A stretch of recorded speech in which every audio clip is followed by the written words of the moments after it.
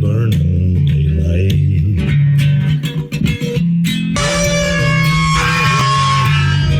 Howdy there. I'm Matt McKinley, and we're burning daylight. In the saddle till the job's done right.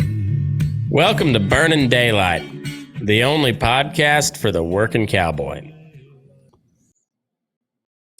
Well, howdy there, daylight burners. Happy Thursday. It'd be Friday by the time you're hearing this, but this is the Friggin Farm and Ranch Report for Thursday, May 14th, 2026. So on the market flash, we got a, well, that's their correction, not mine. I corrected them. They had the lean hogs quote as wrong. All right. So, so Wednesday we had hogs at $100 and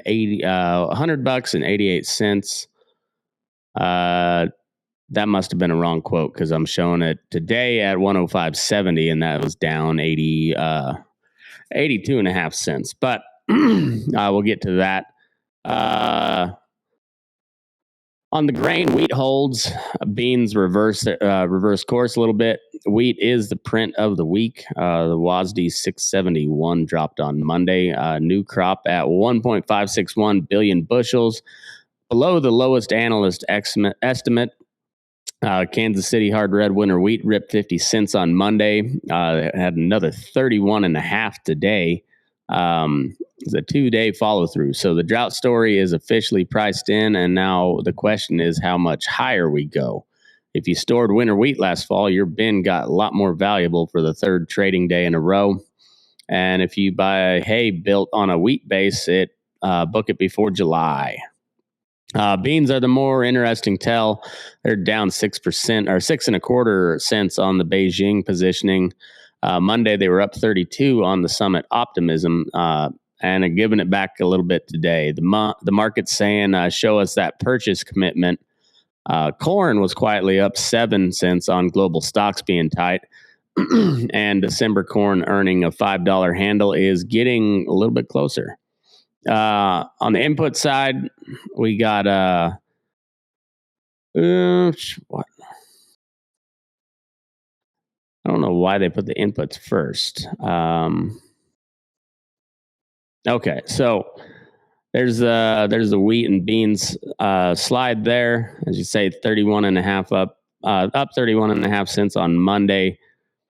671 million bushels is a WASDE new crop.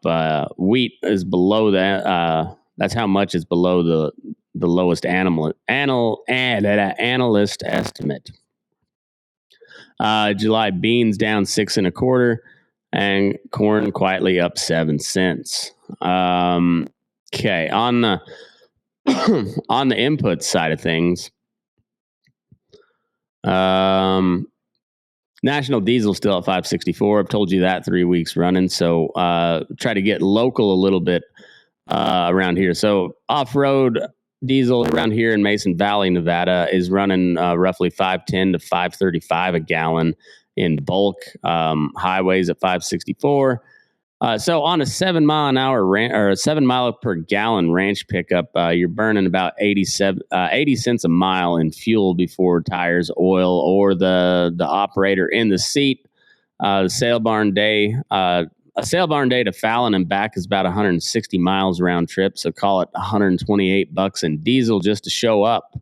If you tuck a load of cows over to Galt for the May 20 pair sale, that's 280 miles one way, so call it $450 in fuel before brakes and bridge tolls. Every one of those days is bleeding your money off those cattle. The Hormuz premium is pretty sticky at the moment, with those two freighters that the Iranians seized are still being held at Bandar Abbas for some 70 days in the war now. War risk insurance still at 2 to 6% of the whole value, and none of this is changing this week. On the fertilizer side, today, the CEO of the Fertilizer Institute, Corey Rosenbusch, testified in front of the Senate Ag Committee on exactly the squeeze I've been beating you over the head with for 2 weeks. His quote was, you can write this down if you want, but the closure of the Strait of Hormuz impacted about 34% of globally traded urea, 20% of phosphate, 20% of the natural gas is supplied from that region. And natural gas is the feedstock for all of the nitrogen fertilizer. So let's let that sink in for a minute. 1/3 of the world's urea supply runs through the strait, 1/5 of the global phosphate, and 1/5 of the natural gas. That's in global supply. 1/5 of the natural gas that becomes ammonia, that becomes the nitrogen that you put in your corn ground. And this is exactly why your urea price is up 47% since February, and why the Farm Bureau's 70% can't afford it number isn't going to flip back this growing season. It's also a tell that DC is starting to officially connect the dots between the war reel and your inputs bill. Rosenbusch testifying in the Senate Ag is the kind of thing that ends up on in a farm bill rider. Emergency fertilizer reserves, strategic phosphate stockpile play, or something. So watch for that language when the Senate Ag finally schedules the HR 7567 hearing. That's the farm bill. And if you haven't booked nitrogen for the next planting, the Hormuz premium isn't peeling off, and now the head of the Fertilizer Institute is telling Congress that to Congress to their face. So lock it in. Okay. Let's head over to China. Over in Beijing, Trump and Xi sat down in Beijing. The going in agenda was beef and poultry market access for the U.S. exports and advanced soy purchase commitments. The soybean market told us, soy market told us how it's reading the room. It's down 6 1/4 cents today after Monday's 32-cent rip. This is not what positioning ahead of a major purchase announcement looks like. The trade is hedging that this ends in a joint statement and not in tonnage. I think that's probably pretty accurate. If beef market access language shows up in the day two readout tomorrow, that is structurally bullish for the export side of the WASDE balance sheet. The same WASDE where the USDA already raised beef imports to 319 million pounds to ease the consumer squeeze. Watch the export print, not the headline. A handshake about access without a phytosanitary breakthrough. I don't know what that. I know a lot of big words, but I'm not sure what that one means. But without a concrete breakthrough, it's just a bunch of pictures. By Friday's wrap, we'll have the joint statement. So until then, trade what's in front of you and not what has been promised.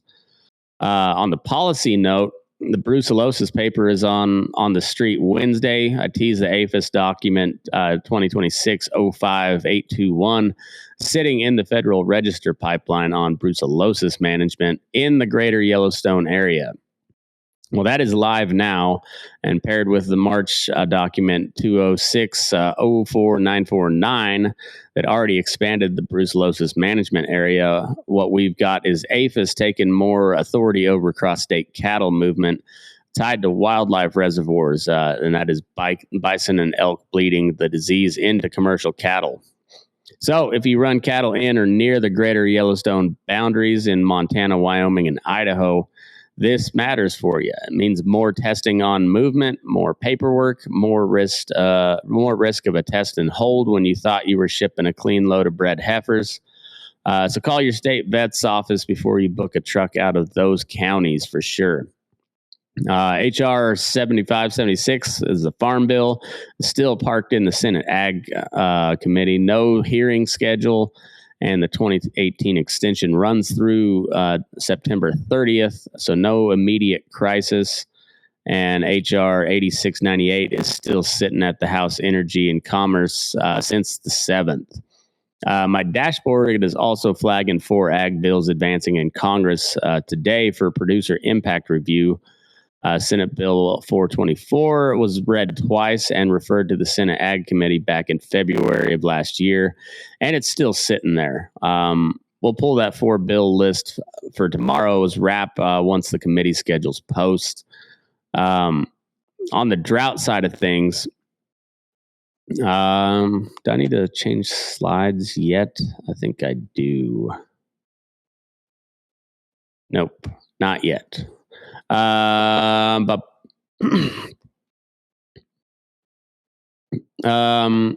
okay.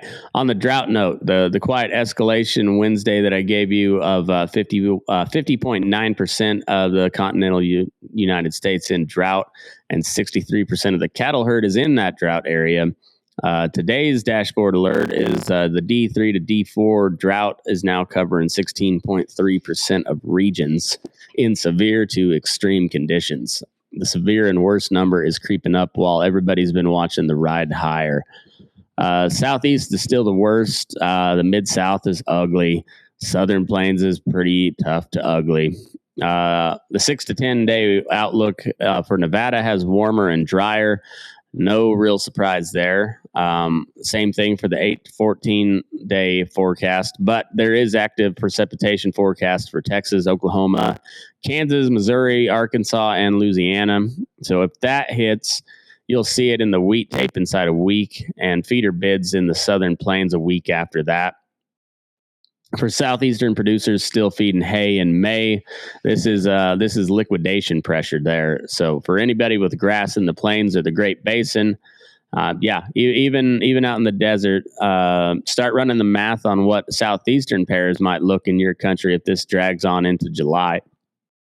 Looks like it's getting pretty western out in the southeastern part of the country. Okay, let's talk about some land values. This is a story that came across Tri-State Livestock News on my dashboard today. So quietly, while everybody is watching wheat rip higher and cattle get hammered, North Dakota State University Extension, the NDSU Extension, dropped their 2026 pastureland survey today, and it's telling a story that we're going to be telling for the next 12 months or so. For the first time since NDSU has been tracking it, North Dakota pastureland is over $1,000 an acre in every region of the state where they have the data. Statewide average is at $1,556 an acre, and that's up from $972 in 2021.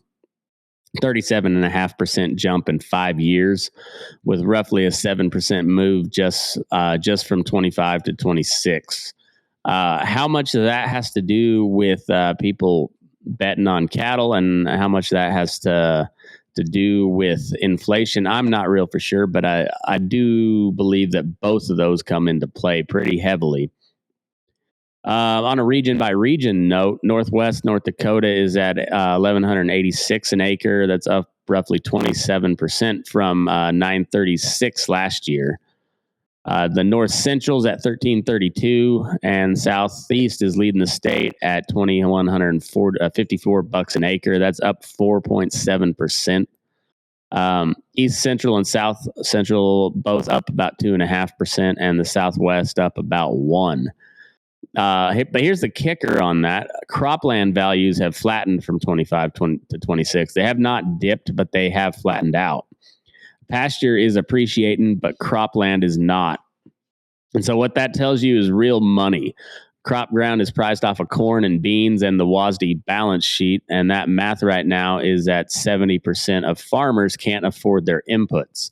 But pasture land is priced off of the cow and the long-term beef story, and the pasture land is priced off the cow and off the long-term beef story, and that long-term beef story is that the WASDE structural cut. So the smallest herd in 70 years and 4-weight calves at $462 a hundred out of Fallon earlier this week. Buyers are betting on cows and not corn. For us out here in the Great Basin, the read across matters. Nevada pasture isn't North Dakota pasture, but when Northwest North Dakota jumps 27% in 12 months, every Western cow-calf outfit's equity number on their FSA loan paperwork just got rewritten. So if you're thinking about buying ground in the next 12 months, that train is leaving. If you're thinking about selling, you've got some leverage that you didn't have last spring. This also ties straight into Wednesday's Colorado wolf budget blow-up story. Wolves are pushing pasture values down in depredation zones, while drought and beef demand are pushing them up everywhere else. The map of western grass is splitting in two, and which side of the line you're on matters a whole lot for what your operation is worth on paper. Let's click over to the war reel real quick. But why is my drought slide there? I don't get it. All right. Well, let me find.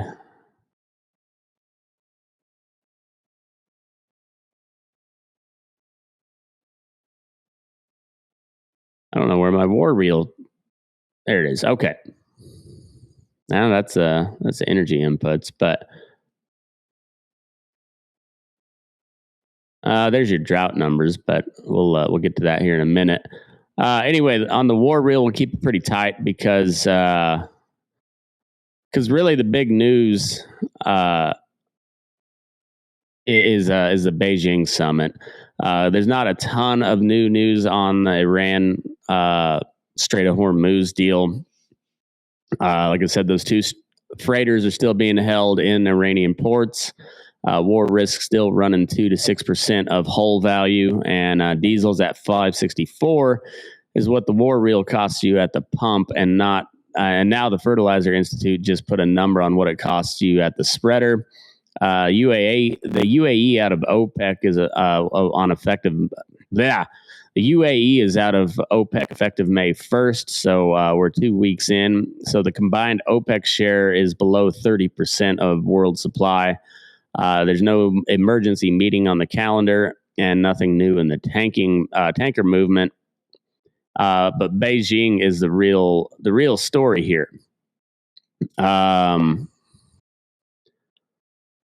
So, like I said, the going in agenda, we covered that a little bit earlier. Beef and poultry market access for exports. But yeah, we'll just have to see how that all plays out. And the way things have been going, I don't know that there's going to be a whole lot of concrete actions taken. There'll probably be a lot of pleasantries and nice words and half promises to do something, but until we see some actual real receipts, I'm not going to buy it a whole lot. Where was? All right, I guess. So the Federal Register, we covered that one. Beijing is the story. So there's my war reel. It's way down here. But it doesn't say anything that I haven't said already. But that Rosenbush testimony to the Senate Ag Committee is showing that Washington D.C. is starting to realize that people out here in farm and ranch country are not real happy about things, and shit's too expensive. So we'll see what the rest comes out of Beijing, and hopefully we have some sort of resolution on the Iran deal. But it's probably an unpopular opinion with a lot of my audience, but I know a lot of y'all are pretty libertarian minded, like I am, and I voted for Trump twice. I was talking with Jake the other day, and I was like, Trump was a bad bet, I think. The way things have been going so far, I'm not impressed with this second term even a little bit. I've never been a diehard Trump guy, but there was not any realistic options to choose from besides him. So that's who I went with, and I can't say I regret the choice because I'm still nowhere near ready to say that Kamala Harris would have done a better job. I don't know that she would have done much worse than what Trump has done. Now he's kind of backtracked on most of his campaign promises, other than shutting down the border. That part he did get done. The deportations have been a mess, to put it lightly. And part of that's on the administration. A lot of that's on the protesters and the illegals themselves. But all that being said, with this Iran deal, I think Trump was talked into something that he thought he could win quick, and I don't think there's a quick solution to this whole deal. It seems like Iran has plenty of leverage to go ahead and just keep that Strait of Hormuz shut down, and we wasted. Well, we expended so many munitions and bombs and missiles hitting Iran that we were running low already because of sending everything to Ukraine. But now we spent so many. We used so many of our interceptor missiles and stuff that this ceasefire, quotes, air quotes here, boom, boom. The ceasefire deal is not. It's not much of a ceasefire, but also it seems like maybe we're trying to reload on armaments, but also all the stuff that we've been firing off at those guys is not made very quickly. Like, they don't make a ton of them every year, and you can tell that there has been a real pinch on it, because Trump even floated the idea of like Ford and GM retrofitting some of their factories to make bombs, and that hasn't happened yet. But the longer this thing draws out in the Strait of Hormuz, I wouldn't be surprised to see it happen. And man, every guy that runs for president has just got to be FDR. You know, they gotta do these big programs to get people back to work, and then when that doesn't work, because government programs never work the way they're intended, or at least they fail to see the unforeseen consequences, the second and third order effects of things, or they just willfully ignore it, which is a lot of times the case. But also, don't forget, there's a lot of fucking dummies up in Washington, D.C. So I don't know how long this Iran thing goes. I don't know what the end solution is for it. You know, they say Iran can't ever have a nuclear weapon, but they didn't. They didn't really. God damn it! I didn't turn my mic on. That's all right. I've got a backup. I got a backup. So we'll keep rolling here. But anyway, I think this Iran thing's going to drag on for a while, and that's not good news for oil prices. We've got a lot of oil here in the United States, more than any other country in the world, but we don't have refining capacity, and oil is a global market, and so the West Texas index and the Brent index are kind of attached at the hip, with the Brent index running about $10 higher. But as let's see, what was the oil prices for today? We had West Texas crudes at 102.61. That was up 4.54 on the day, and Brent's at 106.95. So that spread between the two has narrowed pretty considerably. It's only about $4 now, 4 and change. But Brent crude's up $2.75 or 74 cents a barrel. That's 4.6% on the West Texas index, and 2.6 on the Brent. So that's telling you that that Hormuz sticker shock is very real and is very sticky. All right, let's wrap this bitch up. On this day in history, May 14th, 1804, the Lewis and Clark expedition departed Camp Dubois and headed up the Missouri River. It was the first real reconnaissance mission west of the Mississippi, and at its core, it was an agricultural intel mission. What grows out there, what runs out there, what waters are out there, and it took them a little over 2 years to come back with an answer. We're kind of doing the same thing today with a dashboard and a microphone instead of a keel boat and a journal. Different tools, kind of the same job. Little less risky on my end. You know, I don't have.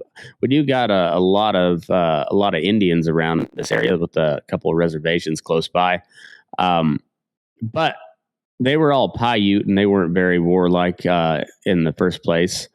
Or at least not towards the whites. And I don't have to worry about them burning down my wagon, I don't think. So a little bit safer on my end than Lewis and Clark, but 220 years ago today, that's where it all started.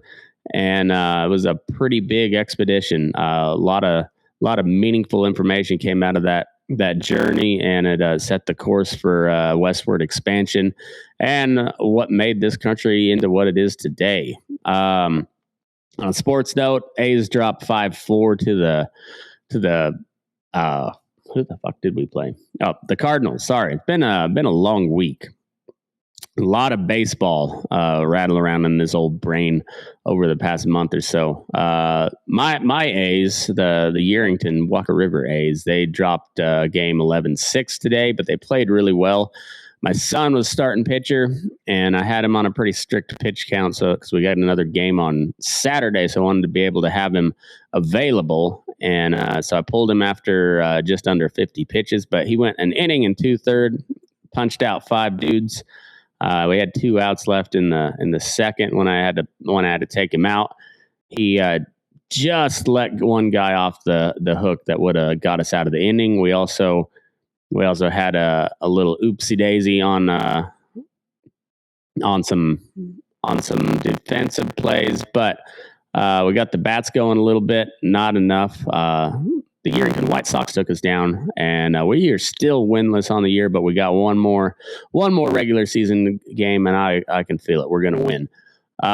Anyway, A's dropped 2 out of 3 to the Redbirds, but we got some. They were all really competitive games. Bullpen blew it earlier today, and the youngsters that got called up from AAA, Henry Bolte and Michael Stefanik, have been on a tear. Bolte's on a now 2-game hit streak in the 2 games that he's played in the majors. Stefanik, I don't know if he got in the. I know he pinch hit. I can't remember what he did. Either way, it's a fun young team, the West Sacramento A's, and looking forward to seeing them in San Diego next week. On the Avalanche note, they head to the Western Conference Finals. After taking care of the Minnesota Wild. The Toy Story 5/Stanley Cup theory remains alive until the puck drops. NBA's conference semifinals are grinding, and baseball is feeling the in-between innings of the day. It's definitely baseball season and weather out here in Western Nevada, and I've been busy with it all week between my son's team and my daughter's softball team. My voice is a little bit shot coming into tonight's recording, so bear with me. We're about done. We got 3 things to watch for Friday's wrap, so we'll do the weekly wrap tomorrow. Number 1, does the cash cattle hold or fold after Friday's Fed cattle exchange? That's a trade. The Trump beef tariff order. I had that in my notes. I don't know why it didn't make it into my script, but here, we got to run through the cattle numbers real quick as well, because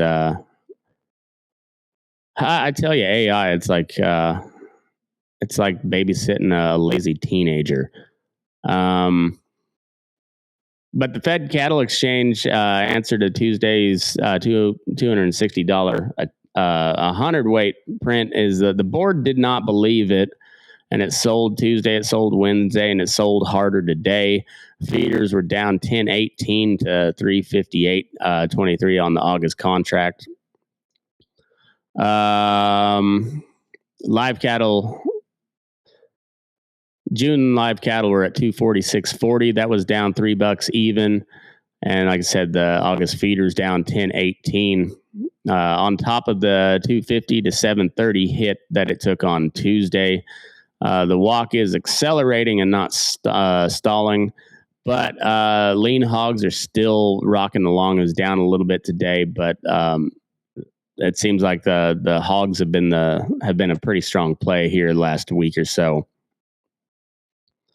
So Tuesday's cash print at 260 live in the South was record territory, and the board didn't buy it. I told you Wednesday that the speculative longs have walked, and open interest on live cattle bled to 222. Today's action confirms it. The feeders are eating another $10 while corn's up 7 cents. So you can run the math on your own, but if you're working at 360 a ton feeders and 460 a bushel corn, you're now bidding 358 with corn at 467 and 3/4, and diesel sitting at 564 a gallon. The break even on cattle placed today doesn't get cheaper for about 120 days. That's the trade speculators are pricing, and they don't think that the 260 cash makes it to August. But the real story that broke today that changes the calculus is Wall Street Journal reported President Trump has delayed issuing that executive order to lower beef tariffs. It's the one I told you about Monday that Brownfield first flagged as fixing to temporarily suspend tariffs on beef exporting nations to help bring consumer prices down. But the reason it got pulled was because ranch and farm leaders raised hell. American Farm Bureau President Zippy Duval did not mince words. I figure I'd have never heard that guy talk, but I just picture he's got a real thick kind of gay Southern accent, like a Lindsey Graham. But he didn't mince any words, so I'm going to read it in Lindsey Graham votes. Any plans to increase beef imports are extremely worrisome and could undermine the fragile recovery ranchers are experiencing. Like I said, I have no idea what that guy sounds like, but that's what I'm saying he sounds like in my own head. Farm Action piled onto that as well, calling the plan a giveaway to JBS. And remember that JBS is one of the 4 packers that the DOJ is investigating right now. So you've got the administration on one hand is running a criminal antitrust probe of the packers, and on the other hand, they're drafting an executive order that would let those same packers import cheaper foreign beef instead of bidding up domestic fats. The contradiction is exactly why ranchers and ranch country itself pushed back, and it's exactly why the order got delayed. So what this means for the market tape is the bearish overhang that knocked feeders down 995 Monday is officially off the table. It's a quiet bullish market for the cash cattle. If the order stays delayed, packers are going to have to keep bidding the 260 number to keep their chains moving. And if it gets reintroduced next week with a tweaked import list, the feeders will take another hit. So watch the Wall Street Journal and in your inbox and see how that plays out. On that Big 4 Packer probe, nothing new to report there. No new docket movement since the May 4th press conference that we have already covered. Whistleblower math is still at 15 to 30% of any fines over $1 million. On the sale barn side, so on my dashboard, I've got it set for OKC West, Billings Livestock, Clovis, Salina, Salina, Utah, Torrington, Lone Star Stockyards, and Winter Livestock is kind of what I've been running here lately. But also Nevada Livestock Marketing out of Fallon, Nevada, on their recent regular sale. That's one of the hometown barns here. Most recent run posted, they had 19 head of 426 pound four weight steers moving as the top lot. 513 pounders at $455 a hundred. That's the 5th and 10th all time at the barn. They had some 6 weights averaging 624 at 405, and another draft of 76 head at 392. That's the 5th and 8th highest in that class. And we had 46 head of 701 pounders at 353.50, and that's the 4th highest 7-weight sale ever in Fallon. I don't know if that's true for the other Fallon or for Fallon Livestock, but at least for Nevada Livestock Marketing. That builds on the March 20th history maker out of Fallon. They had some 4 weights, 442 pounders at 642 a hundredweight, and 459 pounders at 630. That was the first and third high all time. They had some 5 weights, 104 head, averaging 513 pounds at 571.50. That's the highest 5-weight sale in U.S. history for groups of 30 head or more. That's kind of a big deal, huh? Some 603 pound steers at 490 a hundred. Drafts from 600 to 620, running anywhere from 459 to 470. On the 8 weights, we had some 806 pounders at 351, 805 pounders at 350, 824 at 349.50, and 9 weights, their 907 pound average brought 336, and 992 weights, 992 average at 323. On the all-time 4-weight side, Nevada Livestock posted 20 heads at 408 pounds, 565 a hundred, and that's setting 5 more barn records. So to get a read on that, on Nevada Livestock Marketing, lightweight cattle, 4 to 6 weights, are setting national records out here in our own backyard. But you move up the weight ladder and prices converge with everybody else.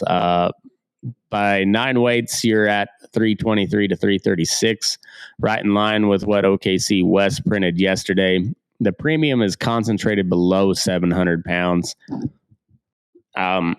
Regular sales are noon Wednesdays there at Fallon, there, and you can watch them at DV Auction if you can't make the drive. Stay in there in Fallon. We had Fallon Livestock on Tuesday, different barn, same town. They had 12 head of heifers at 1,082 average that brought 225 on Tuesday's National Beef Wire ticker. Heavy end cow and coal territory. You can, for the full market report, you can head over to FallonLivestock.com. Locals have 2 outfits within an hour of each other to choose from. Cattlemen's Livestock out of Harrison, Arkansas. On Tuesday, the sale market report posted yesterday on the 13th. Market steady to $5 lower. Weigh cows and bulls steady to $3 higher. Softer Ozark country read than Joplin on Monday. Cow side is firming up. Coal cow money is still real, even with feeders taking their haircut. Cattlemen's Livestock out of Galt, California. So that sale was yesterday. As Northern California's only Wednesday auction, draws the Western buyer crowd. So they ran a CLM feeder special yesterday, and the weighted average post late. But one to circle is Cattlemen's Livestock pair and bred cow special running on Wednesday, May 20th. So that's next week. If pairs bring the same type of money that they brought last fall or better, that herd rebuild thesis has some real legs. Sioux Falls Regional in Worthing, South Dakota, for a plains comparison, 14 head of three-weight steers. They averaged 357, and they brought 545 a hundredweight. That was near an all-time high. 535 pounders brought 437.50. That's the second highest on record. And some 658 weight or 658 pound average, they brought 385. That's the third highest 6-weight class of all time. And so it's the same story 1,400 miles east of us. The lighter the cattle, the heavier the premium. And on the national note for the 8 weights, this week's 8 weights are averaging 353.60. So that's up from 352.26 last week. But still a $30 plus discount to the 7 weights.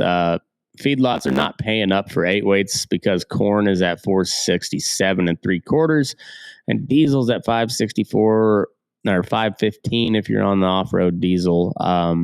And that just doesn't pencil very well for placing those type of cattle. What that means for everybody is the weight class slope across all the barns, 3 or 4 weights at 545 to 642, and that is like record book money. That is record book money. On the 5-weight side, we got 437.50 to 571.50, and so 4 and 5 weights also screaming right along. 6 weights at 385 to 490.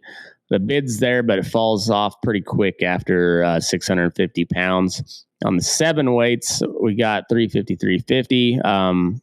It's good prices, but it's pretty discounted from the 6 weights. 8 weights are running 349 to 353.60, and that's stuck about $30 below the 7 weights. 9 weights are running 323 to 336. It's same as the heavies coming out of Oklahoma City West there in El Reno, and cull cows are steady to $3 higher. So that slope from 565 on 4 weights to 323 on 9 weights is the entire feeder market story in one chart.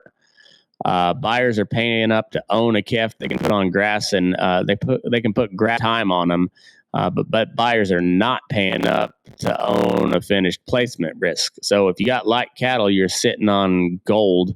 And if you got 8 weights, you're selling into a margin compressed yard market that doesn't believe that the 260 cash, the cash level is going to hold.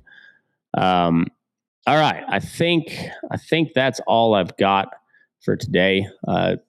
Apologize. It was kind of a thrown together show, but like I said, I've been a little bit busy, but we're on it. So, some things to look for. We talked about, does cash hold or fold after Friday's Fed cattle exchange prints? That is a trade to look for. The Trump beef tariff order, does it stay buried or does it come back with a new country list that's tweaked a little bit? If it stays delayed, though, that 260 cash number has another leg. But if it comes back and they just tweak the list or just run it back as is, the feeders are going to take another hit. The Beijing summit is closing out tomorrow. They're probably talking right now because they're way ahead of us. But a joint statement language on beef access and soy commitment is what you can probably expect.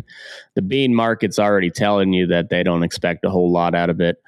And then that APHIS Brucellosis comment period, now that 2026-05821 is live, the clock is running. So if you got a stake in Montana, Wyoming, Idaho, in that greater Yellowstone area, make sure you go comment on it. Whether it does anything for you or not, I don't know. But this has been the Friggin' Farm and Ranch Report for Thursday, May 14th, 2026. The cash market is leading, but the futures don't believe it. Trump pulled the tariff order after ranch country raised hell, and light cattle are setting national records out of Fallon, Nevada, and a lot of other places across the country. The Fertilizer Institute just told the Senate Ag Committee that the Hormuz controls 1/3 of the world's urea, and North Dakota pastureland broke $1,000 an acre statewide. Wheat held on the WASDE report for 2 straight days. Beijing is a wait and see situation, and the Federal Register just made life more complicated if you run cattle in the greater Yellowstone area. That's all I got. So send me your local sale barn numbers, and I'll work them in either tomorrow or next week's show. Just to point it out, make sure you go check out the Substack, burningdaylight.substack.com, and all the social media platforms that you may be on. I'm probably on them. Go find me, either Matt McKinley, Burning Daylight, or at Move Your Ass. That's MOVEYERASS.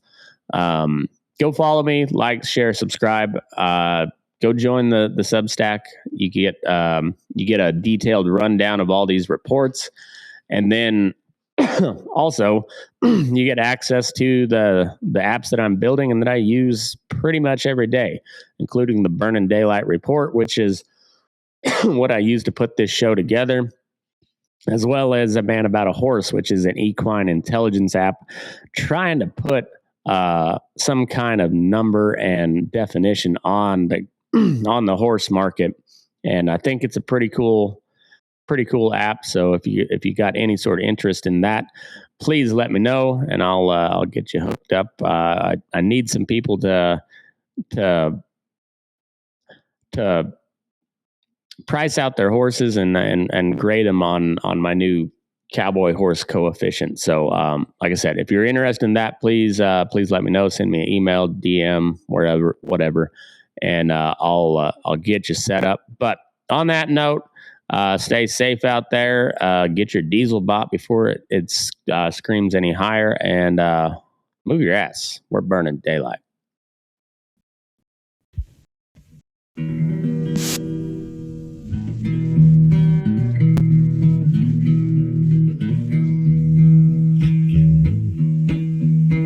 Your eyes up in the morning, beneath the stars so bright. Pull your hat down, make sure your cinch is tight. Horse is kinda snuffy, go chill up your spine. We'll get your ass moving, son, we're burning daylight. Burning daylight. Burning daylight.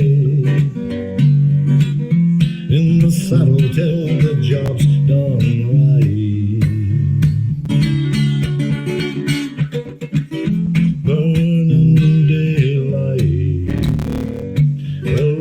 Just together, and you won't catch 'em all. But when you ride through the gate, make sure you sit up tall. I can see the horizon, it's looking pretty bright. Well, get your ass moving, son, we're burning daylight. Burning daylight. Burning daylight. In the saddle till the job's done right.